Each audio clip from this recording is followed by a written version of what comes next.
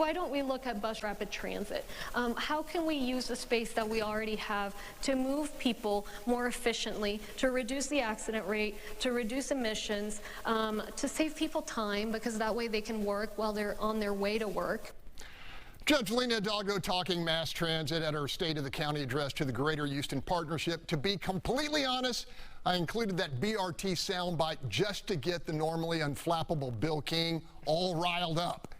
Most notable in this presentation was the much more critical issue that went completely unmentioned, that is the forecast of an 8% tax hike Democratic county leaders plan to hoist on the backs of property owners without gaining the permission of voters. Panel, and frankly, shame on the partnership for not forcing Hidalgo to publicly justify the taking of an additional $250 million from hard-pressed taxpayers. All right, Bill King, she was pushing BRTs. The whole speech was so vacuous. It just was, you sent it to me and I'm mad at you for saying, because it was a complete waste of 45 minutes for me to listen to it. Listen, BRT, in case you don't know, that's what we have on Post Oak Boulevard right now, which is carrying 5% of the projected ridership.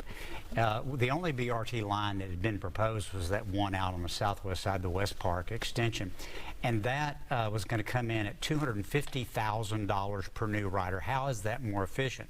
It's absolutely clear. It doesn't reduce admission. It doesn't improve transit times. This is a terrible idea.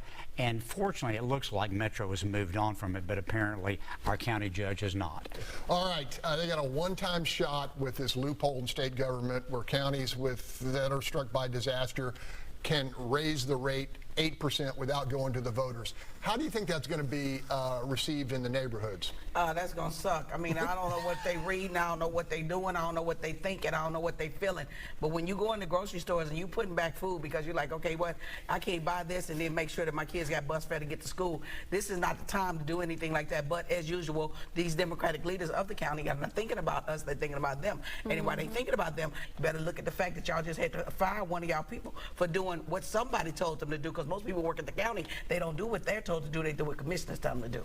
All right, Charles, and you can use props again. 8%, that's a big wallop on, already depleted wallets. It is. I mean, it's ridiculous. I just don't know how they think that people can absorb this, and why they think the region's going to keep growing if people do absorb it.